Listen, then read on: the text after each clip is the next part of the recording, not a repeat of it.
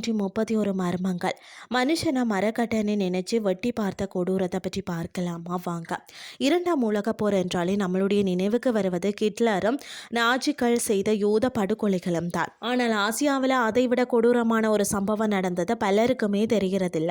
Japan போரில் ஜெயிக்க வேண்டும் என்ற வெறியில் பார்த்தீங்கன்னா, அதாவது அறிவியலின் பேரால் மனித நேயத்தை குழி தோண்டி புதைத்த கதை தான் யூனிட் 731. அதாவது இந்த கொடுமைகளுக்கு எல்லாம் மூலகர்த்தா பார்த்தீங்கன்னா சீரோ இசி என்ற ஜப்பானிய இராணுவ மருத்துவர் தானா. 1925 பார்த்தீங்கன்னா ஜெனீவா ஒப்பந்தம் இரசாயன மற்றும் உயிரியல் ஆயுதங்களை போரில் பயன்படுத்த தடை விதித்தது.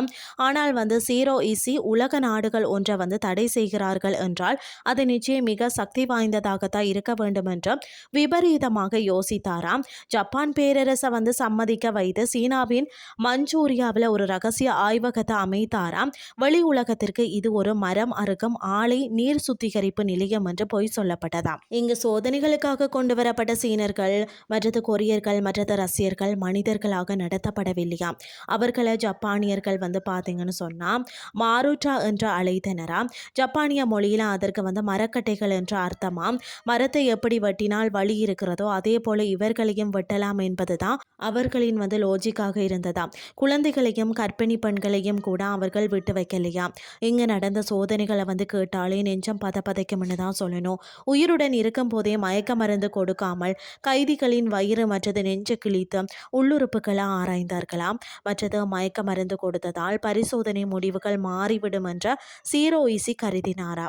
கடுமையான குளிரில் கைதிகளை நிறுத்தி கைகள் மற்றது கால்களை முழுமையாக உறைய வைக்கப்படுமாம். அதற்கு பிறகு அதை சுத்தியலால் தட்டினால்தான் கண்ணாடி உடைவது போல சத்தம் கேட்கும் வரை உறைய வைப்பார்களாம். பிறகு சுடுநீரில் வைத்தால் சதை எப்படி உருகி விழுகிறது என்பதை ரசித்து பார்ப்பார்களாம். அது மட்டுமில்லாமல் கையேறி குண்டுகள் மற்றது பிளேம் இத்ரோயர்களை உயிருடன் இருக்க மனிதர்கள் மீது வீசி சோதித்தனர். மேலும் பார்த்தீங்கன்னா பிளேக் காலரா சிபிலிஸ் போன்ற நோய் கிருமிகளை ஊசி மூலம் ஏற்றி அது எப்படி மனித உடல்ல பரவுகிறது என்பதை கண்காணித்தனர். ஆய்வகத்திற்கு உள்ளே மட்டுமல்ல வெளியிலேயும் அவர்கள் அட்டூழியம் செய்தனராம். பீங்கான் குண்டுகள் பிளேக் கிருமி தாக்கிய உண்ணிகளை நிரப்பி சீன கிராமங்கள் மீது வீசினராம். சாதாரண இரும்பு குண்டுகள் வெப்பத்தில் கிருமிகளை கொன்றுவிடும் என்றதால பீங்கானை பயன்படுத்தினராம். இதனால் பல்லாயிரக்கணக்கான அப்பாவி மக்கள் நோய் தொற்று ஏற்பட்டு இவ்வளவு பெரிய இனப்படுகொலையை செய்த சீரோ இசிக்கு என்ன தண்டனை கிடைத்தது தெரியுமா? ஒன்றுமே இல்லை.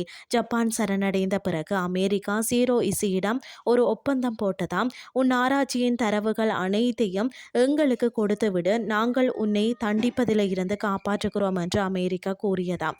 ரஷ்யாவுக்கு இந்த தகவல்கள் கிடைத்து விடக்கூடாது என்பதற்காகத்தான் அமெரிக்கா இந்த துரோகத்தை செய்தது. இறுதி வரை எந்த தண்டனையுமே அனுபவிக்காமல் தனது 67வது வயதில் அதாவது தொண்டை புற்றுநோயால் சீரோ இசி இயற்கையாக மரணம் அடைந்தானா.